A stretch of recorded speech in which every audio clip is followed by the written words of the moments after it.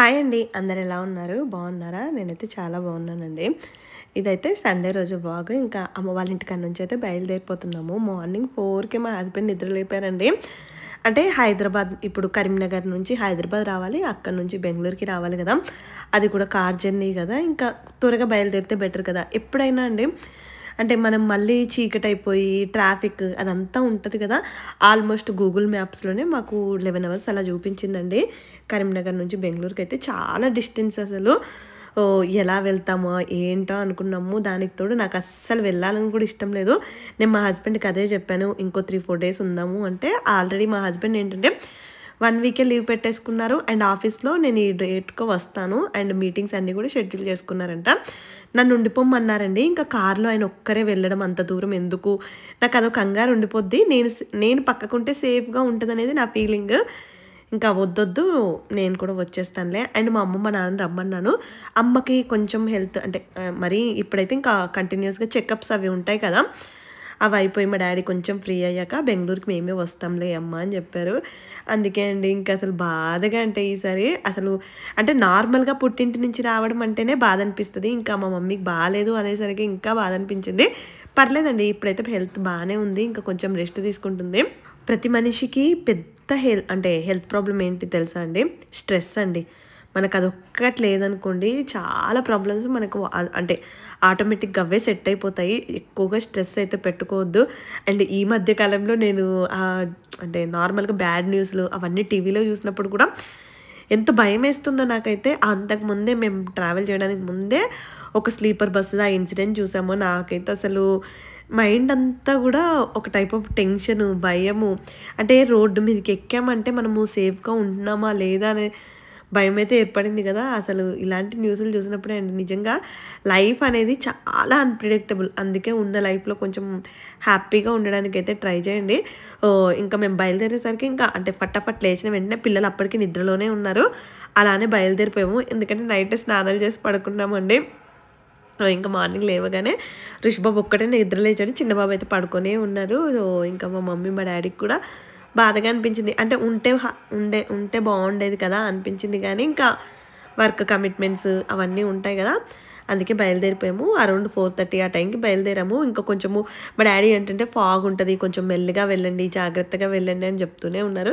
ఇంకా మా హస్బెండ్ కొంచెం జాగ్రత్త అంటే మరీ ఎక్కువ స్పీడ్ వెళ్ళరులేండి. అండ్ అంతా ఎర్లీగా బయలుదేరాం కాబట్టి అస్సలు ట్రాఫిక్ లేదంటే మేము నేను ఇంకా కార్ ఎక్కగానే నిద్రపోయానులేండి. కాళ్ళు తెరిచి చూసేసరికి అరౌండ్ 7 ఆ టైంకి అయితే మేమైతే హైదరాబాద్ రీచ్ అయిపోయాము. నేను పిల్లలు ఫుల్‌గా పడుకుండిపోయామండి. పాపం మా ఆయన ఒక్కరే ఇంకా జర్నీ చేస్తూ ఉన్నారు. మేమైతే ఇంకా పడుకొని లేచేసాము. మార్నింగ్ లేచేసరికి అరౌండ్ 7:30 8 ఆ టైం అయితే అయ్యింది. ఇంకా సరే ఇంకా మార్నింగ్ బ్రేక్‌ఫాస్ట్ లేవగానే పిల్లలకి ఫస్ట్ బ్రేక్‌ఫాస్ట్ కదా అనేసి ఏదైనా మంచి అంటే హైదరాబాద్ ఔట్‌స్కట్స్‌లో ఆగుదాంలే ఇంకా పెద్దగా అంటే బయట రింగ్ రోడ్ అది ఉంటది కదా! ఆ రింగ్ రోడ్ నుంచి వెళ్దాము అనేసి అయితే ఇంకా ఏదైనా మంచి హోటల్ ఉంటదా అదా అనేసి చూసుకున్నాము. పిల్లలకి ఇప్పుడు ట్రావెల్‌లో బ్రష్ చేపించాలి. వాళ్ళు మార్నింగ్ బ్రష్ చేయకుండానే అలానే ఎక్కేసారు కదా! ఇంకా మా హస్బెండ్ అయితే మంచిగా ఫుల్‌గా స్నానం చేసి ఎందుకంటే మనం స్నానం చేస్తే ఆ నిద్ర మబ్బు అదంతా పోతది కదా! నేనేమో నాకసలు 4కే లేచానే గానీ నాకు ఫుల్ నిద్రొచ్చేసింది. నేను అందుకే నార్మల్‌గానే ఎక్కేసాను. సరే అనేసి ఇంకా హైదరాబాద్ ఔట్‌స్కట్స్‌లో అయితే బ్రేక్‌ఫాస్ట్‌కి అయితే ఆగిపోయామండి. ఇక్కడ బ్రేక్‌ఫాస్ట్ పర్లేదు బావుంది. ఈ పిల్లలతో కార్ జర్నీలో మెయిన్ టాస్క్ ఏంటంటే మా చిన్న బాబుకండి నార్మల్‌గా కారం అదంతా తినడు గదా! సో, ఎక్కడికెళ్ళినా బ్రేక్‌ఫాస్టులు తిందామన్నా అక్కడ కొంచెం అంటే చట్నీలలో కారం వేస్తారు గదా! నాకదే అనిపించింది. నెక్స్ట్ టైమ్ వచ్చేటప్పుడు ఆ పల్లీల పౌడర్ ఏదైనా కొంచెము ప్రీమిక్స్ లాగా కలిపేసి తెచ్చేసుకుంటే బెటరు. అలా అయితే ఇప్పుడు ఉట్టి ఇడ్లీ ఏమో తినలేకపోతున్నాడు. అలా అనేసి ఆ చట్నీలేమో కారం అయిపోతాయి. ఇంకా అలాంటి ప్రీమిక్స్ పౌడర్ చేసి పెట్టుకుందాము. నెక్స్ట్ టైమ్ అదే ట్రావెల్ చేస్తానండి. ఇంటి దగ్గర నుంచే తెచ్చుకోవాల్సింది. నాకంత మార్నింగ్ లేచి అంత ఐడియా లేదు. అండ్ అప్పటికి కూడా నాకైతే వెళ్ళాలని అంటే చెప్తున్నాను కదా! ఇప్పుడు మా హస్బెండ్ ఒక్కరే మళ్ళీ కార్‌లో బెంగుళూరుకొచ్చేస్తారు. ఆ భయంతోనే నేనైతే బయలుదేరిపోయాను. లేదంటే ఇంకో 3, 4 డేస్ అయినా ఉండేవాళ్ళము. అక్కడ చూసారా టిఫిన్ పెడితే అస్సలు తినట్లేదు. ఇంక నేనే వీళ్ళకి ఈ ఫుడ్ తినిపించడానికి ఒక హాఫ్ అన్ అవర్ టైం పడతదండి. ఇంట్లో అయితే ఫాస్ట్‌గా తినేస్తారు. ఎందుకంటే నేను ఏ కారం వేయకుండా అలా ప్రిపేర్ చేసి పెడతాను గదా! ఇష్టంగా తింటారు. ఇంకా మా ఆయనేమో "నువ్వు కొంచెం కొంచెం ఇప్పటికైనా కారం అలవాటు చెయ్యి" అంటున్నారు. మేబీ పిల్లలంట పాలు మానేస్తే కొంచెం కారం తింటారట అండి. అంటే పాల నోరు ఉంటది కదా! దానివల్ల కూడా కారం తక్కువగా తింటారంట. మా పెద్ద బాబు అయితే తినేస్తాడండి. పెద్దోడికి తినిపించి చిన్నోడికి కూడా తినిపించేసి ఇక్కడ ఒక హాఫ్ అన్ అవర్ 40 మినిట్స్ అలా ఆగాంలేండి. ఇక్కడ ఆగేసి మళ్ళీ బయలుదేరిపోయాము. అసలు ఎంత హెక్టిక్ అంటే కూర్చొని మాకైతే కాళ్ళు నడుము అన్నీ లాగేసాయి. ఇంకా కూర్చున్న వాళ్ళకే ఇలా ఉంది. పాపం మా ఆయన అయితే ఇంకా డ్రైవింగ్ అదంతా చేయడము. దానికి తోడు ఇంకా పిల్లలు కార్లో ఉన్నారంటే సతాయించుతూనే ఉంటారు కదా. సో ఇంకా మా జర్నీ అయితే అలా సాగిపోతుంది. ఏంటండి పిల్లల్ని పట్టుకొని అంటే పర్లేదులేండి, అప్పటికి మరీ పెద్ద పెద్ద పేచీలు పెట్టడము అలా ఏమీ చేయరు. కొంచెం అల్లరి చేస్తూ ఉంటారు.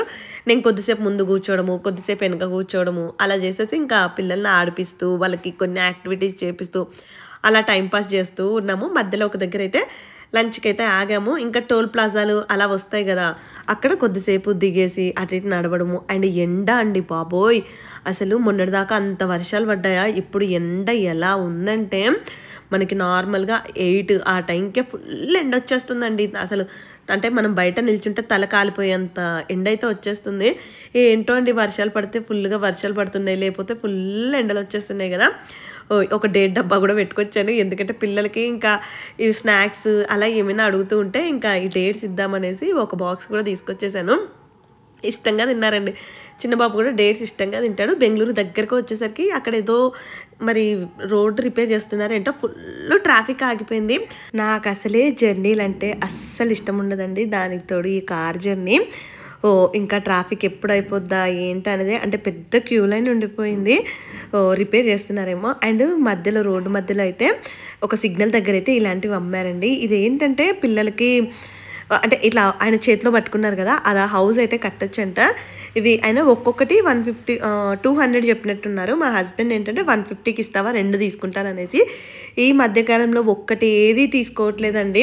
అంటే ఇంకిద్దరు కొట్టుకుంటూనే ఉంటారు ఆ ఒక్క టాయ్ కోసము. అందుకే 2 తీసుకున్నారు. 300 రూపీస్కి 2 అయితే తీసుకున్నారు. అది చాలా బాగుందండి క్వాలిటీ. అంటే రోడ్డు పక్కకు తీసుకున్నాం కదా, ఎలా ఉంటుందో ఏంటో 300 పెట్టేసామని నేను అంటుంటే పర్లేదులే ఇంకా పిల్లలకి పెట్టిద్దాము అది అనేసి అయితే తీసుకున్నారు. ఇది ఇంటికి పోయాక ఎలా చేయాలి ఏంటి అనేది అయితే మీకైతే చూపిస్తాను. కానీ మనము నార్మల్గా అనంతపురం నుంచి బెంగళూరు రోడ్ అండి, అసలు చూడ్డానికి చాలా అంటే చాలా బాగుంది. అంటే మొత్తం stones, greenery and full highway road కదా, ఇంకా మనకి ట్రాఫిక్ అలా కూడా ఏం లేదు. మా పిల్లలు కూడా ఆ రోడ్డుని చూసేసి భలే ఎంజాయ్ చేశారు. మా చిన్నబాబుకి ఏంటంటే స్టోన్స్ అంటే చాలా ఇష్టం అండి.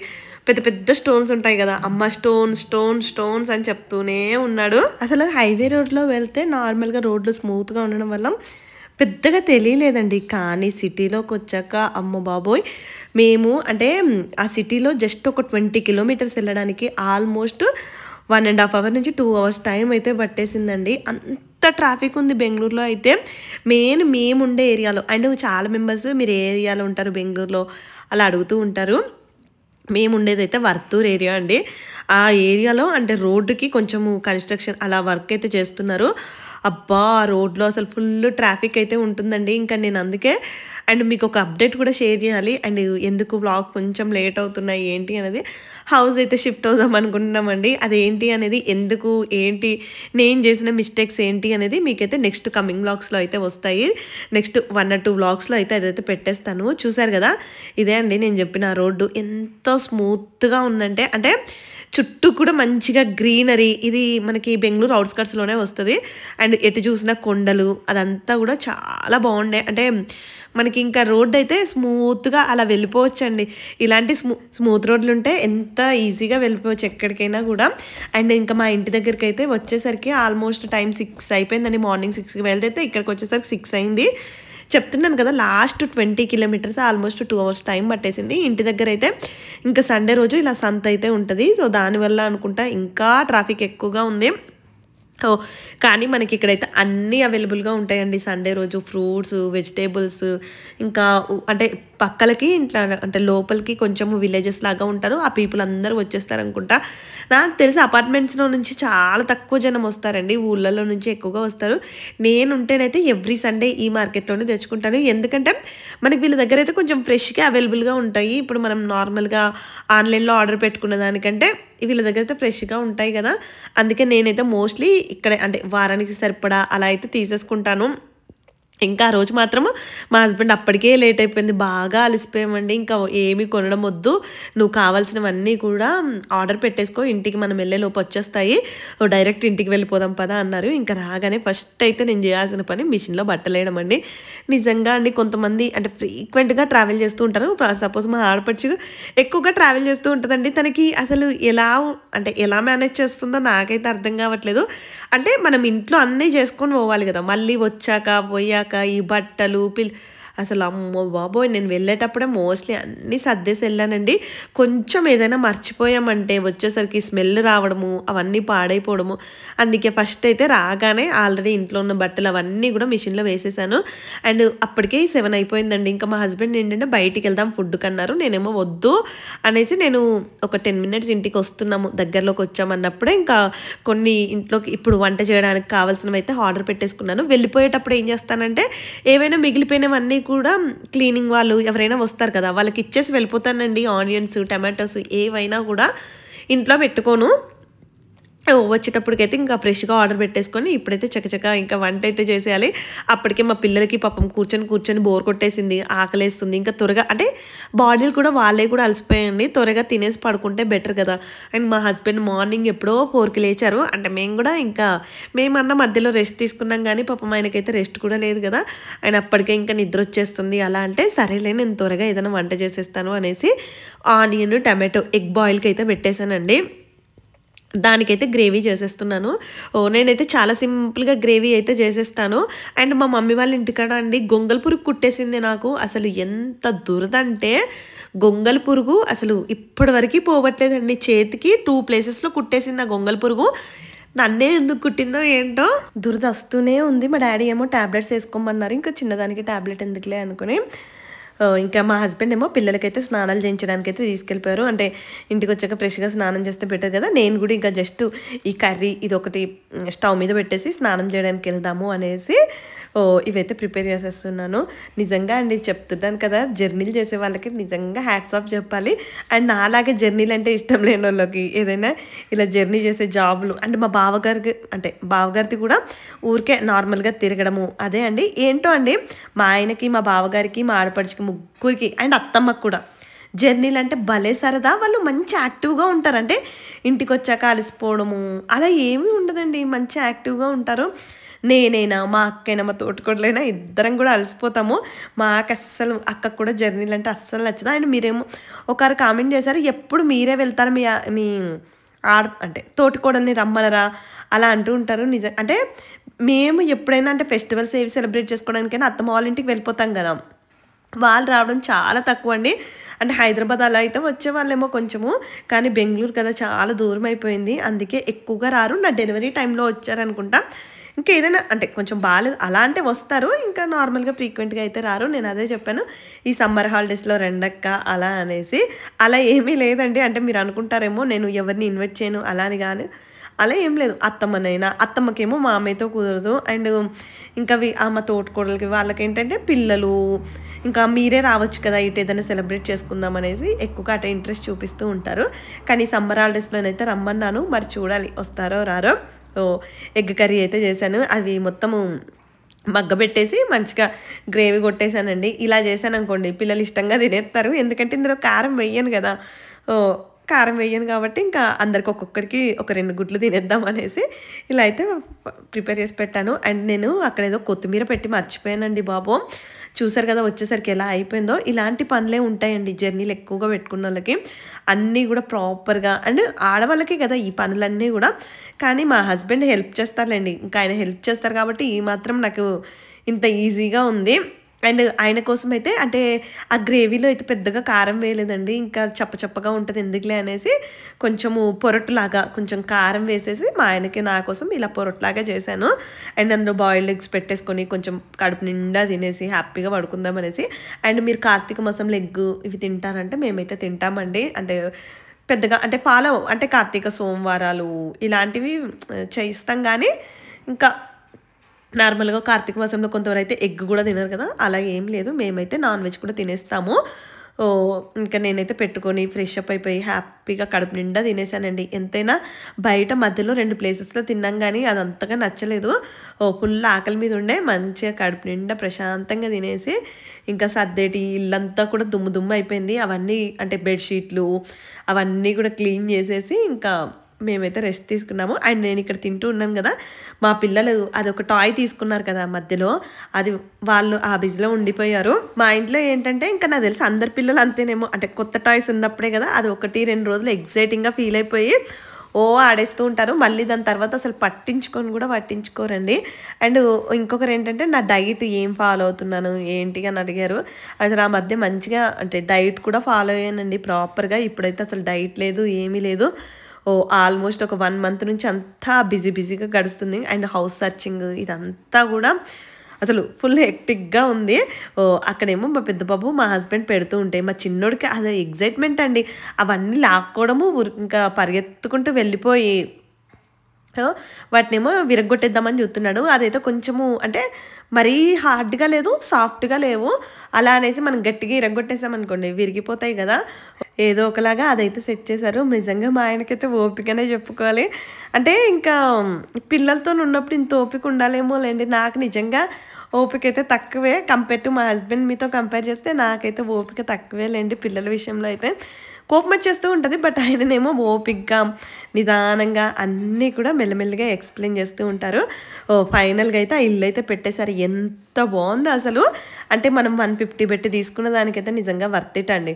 పిల్లలు కూడా హ్యాపీగా ఫీల్ అవుతారు. 2 తీసుకున్నాము, 1 పెట్టేశారు. ఇంకా అప్పటికే లేట్ అయిపోతుంది, ఎందుకులే త్వరగా పడుకుందాము, మళ్ళీ రేపు స్కూలు అలా ఉంటుంది కదా అనేసి అయితే ఇదైతే పెట్టేశాము. మీకు నచ్చిందా లేదా తప్పకుండా కామెంట్ చేయండి. నాకైతే బాగా నచ్చింది. మంచిగా సెట్ చేశారు కూడా. సో పిల్లలకి ఇలాంటివి నచ్చుతాయి కదా మంచిగా. అండ్ అది పెట్టడం కూడా ఒక ఎగ్జైట్మెంట్. అండ్ ఫైనల్ అవుట్పుట్ కూడా చాలా అంటే చాలా బాగుంది. పోనీలే తీసుకున్నందుకే మాకైతే న్యాయమే జరిగిందండి. ఇంకా పడుకునే ముందు అయితే నేనైతే మళ్ళీ నెక్స్ట్ డే కోసం అయితే బాదము, వాల్నట్ అండ్ మెంతుల వాటర్ గురించి అడిగారు. ఇది లాంగ్ టర్మ్లో మనకి ఎఫెక్ట్ ఉంటుందండి. షార్ట్ టర్మ్లో అస్సలు ఏమి రిజల్ట్ ఉండదు. అంటే ఇవి తాగిన వెంటనే హెయిర్ ఊడిపోవడం, తగ్గిపోవడం ఇదంతా కూడా మనకి ఏదైనా లాంగ్ టర్మ్లో ఎఫెక్ట్ అయితే ఉంటుంది. మీరు మెంతుల వాటరే తాగొచ్చు. నేను చియా సీడ్స్ కూడా తాగుతున్నాను. ఒకరోజు అది, ఒకరోజు ఇది, ఇలా ఏదో ఒకటి. అండ్ మ్యాండేటరీగా బాదము, వాల్నట్ అయితే తినండి. ఇంకా సీడ్స్ లడ్డు అయితే ప్రిపేర్ చేసుకుంటున్నాను కదా, అందుకే సీడ్స్ అవన్నీ కూడా నానబెట్టట్లేదు. అండ్ అన్నిటికంటే ముఖ్యం హైడ్రేటెడ్గా ఉండడము. సో అట్లీస్ట్ ఈ చెంబు 1/2 లీటర్ ఉంటుందండి. దీంతోనే 4 సార్లైనా ఒక 2 లీటర్స్ వాటర్ అయితే తాగడం అయితే, అంటే మన వెయిట్ని తగ్గట్టే మనమైతే వాటర్ అయితే ఇంటేక్ చేయాలంట. నా వెయిట్కి తగ్గట్టు ఒక 2 లీటర్స్ తాగుతా, ఒక 2.5 తాగితే బెటరు. బట్ నేనైతే ఇంకా 2 లీటర్స్ అయితే తాగుతున్నాను.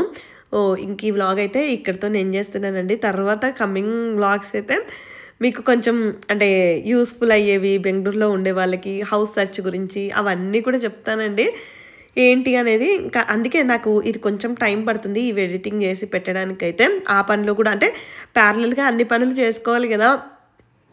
హౌస్ సర్చింగ్ అందులోనే బిజీగా ఉండిపోయాను.